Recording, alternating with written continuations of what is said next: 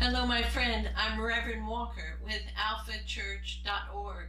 Welcome back. We continue to look at the healing miracles of Jesus.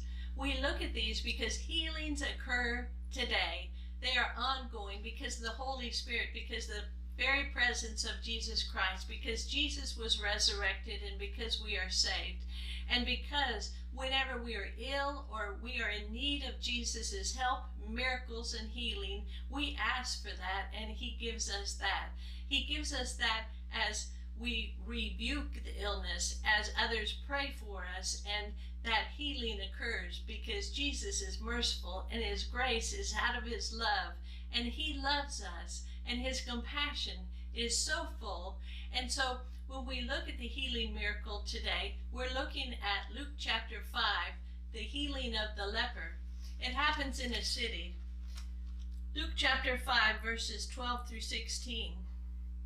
Once, when Jesus was in one of the cities, there was a man covered with leprosy.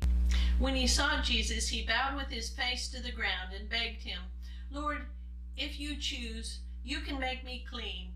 Then Jesus stretched out his hand, touched him, and said, "I do choose. Be made clean." Immediately the leprosy left him, and he ordered him to tell no one. "Go," he said, "and show yourself to the priest, and as Moses commanded, make an offering for your cleansing, for a testimony to them." But now more than ever, word about Jesus spread abroad. Many crowds would gather to hear him and to be cured of their diseases. But he would withdraw to a deserted place and pray. God bless the reading and hearing of the scripture today. This man with leprosy, he was not supposed to be in the city. According to Leviticus chapter 14, there are rules for lepers, and those in the societies of Jesus' time paid attention to those. A leper was supposed to tear his clothes, and when he was near, he would cover his upper lip with his hand, and he would declare, "Unclean, unclean," so people could move out of his way. And here he is. He has gotten into the city, and he's gotten near to Jesus. And as the crowd must have parted, as they must have looked at him and known what he was going for, they let him pass through, and they let him go to Jesus as he needed to do. He fell on his face, and he begged Jesus for healing. But he needn't beg, because Jesus was there. And Jesus says, "Ask, and it will be given to you. Seek, and you will find. Knock, and the door will be opened." And Jesus' door of love opens to this man with leprosy. When Jesus heals him, he tells him to go ahead and go to the priest and to give the offering of 2 small birds, which was the same that Jesus' mother and father gave whenever Jesus had his naming ceremony in the temple. And then Jesus continues to heal, and he continues to heal today. A woman was going in a nursing home in her wheelchair, and as she rolled up the small little incline, she was crying out, "Oh, oh, oh, oh," because it was so painful. Her hands were just so arthritic, and the knuckles were so large, and each time she had to wheel that wheelchair, it hurt her. Another woman was coming by in her wheelchair, slowly but surely, but she heard the other woman cry out, and she said to this other woman, "What is it? What is it, dear?" And they both stopped there, and the woman with arthritis turned to the other woman and told her that she had arthritis, and she showed her hands that were just gnarled. "Let's pray," the other woman said.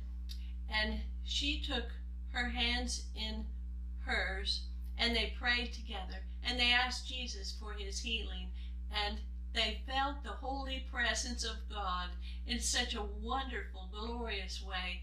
Pure love. It was just remarkable, they said. And then when they opened their eyes, her hands were normal. Her arthritis was gone from her body. Well, they went ahead on and got into my worship service. I had sung some songs with everybody, preached, had served Holy Communion. That was a blessing to so many. And there, as I got to the back and I was sharing the host with these two women, it looked like they were about to burst with excitement. They had something to tell me. And I stopped and I said, "What is it?" And they told me about her healing. They began by saying, "Look at her hands, look at her hands."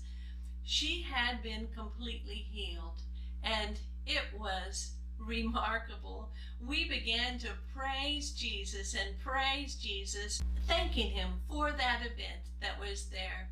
That's just one of the healing miracles that I've seen, that I have been thanking Jesus for. Jesus heals. Jesus heals today when we come to him. And when he heals, it is because we're in such great need. He wants to free us of diseases. He wants to free us of our sins. He wants to cleanse us of all unrighteousness.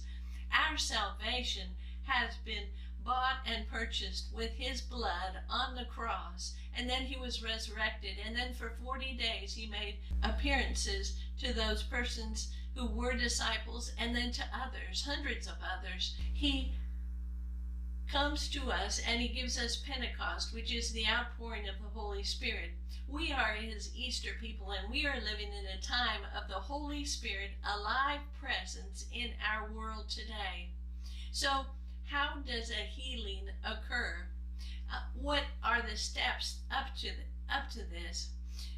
What I've seen as a chaplain in the Order of St. Luke, in the Healing Order of St. Luke for the healing ministry, is that there is a command for that illness or that disease to come out of that person. And as I always say, go to the feet of Jesus, never to return, because we send that illness to the feet of Jesus, and Jesus knows what to do with that illness or that opposition that's within that person, or whatever is barring that person from health. Because Jesus wants us to be fully healthy. He wants us to be living, moving, and moving out in his purpose that he has for us. He wants us to be witnessing. He wants us to declare the glory of God each day in our lives with those that we live with and with those that we meet who are just strangers, so that all know the message of salvation, that he has risen from the dead and that his Holy Spirit presence is alive within us. When we look at John chapter 3 and Nicodemus, who comes to Jesus in the dead of night to talk with Jesus about being born again, we see that Nicodemus was a religious leader, a Pharisee, and the religious leaders knew about Jesus early on. So when Jesus sends the leper to the priest for affirmation that there is no more leprosy in this man, he's put them on notice, the religious leaders, that the Messiah is alive and in their presence. And he has also put us on notice that we are to use the power of the Holy Spirit to help others to be healed. So the steps to healing are these. There is a need, and that person uses their faith to go to Jesus, and we pray with them, and we ask for Jesus's healing for this event in their lives. And we ask that their disease or their illness or the evil that has a hold of them and is marring their physical being, we ask that be removed by Jesus. But the words that we use are the words that Jesus has taught us from his healing miracles. Be clean. And so when we speak to someone who has a disease that needs to be cast out of them, we say, in the name of Jesus Christ, be clean. And that leaves.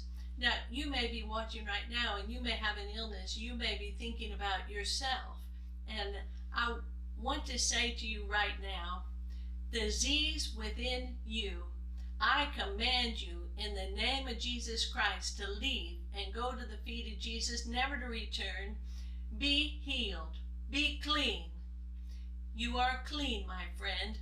And so from now on, thank Jesus. Thank him that you've experienced that miracle, that you are clean now, that has occurred in your life, and write to me and let me know what has happened in your life so that I might rejoice with you in Jesus Christ. God bless you, my friend. God bless you in Jesus Christ, our Lord and Savior. Amen.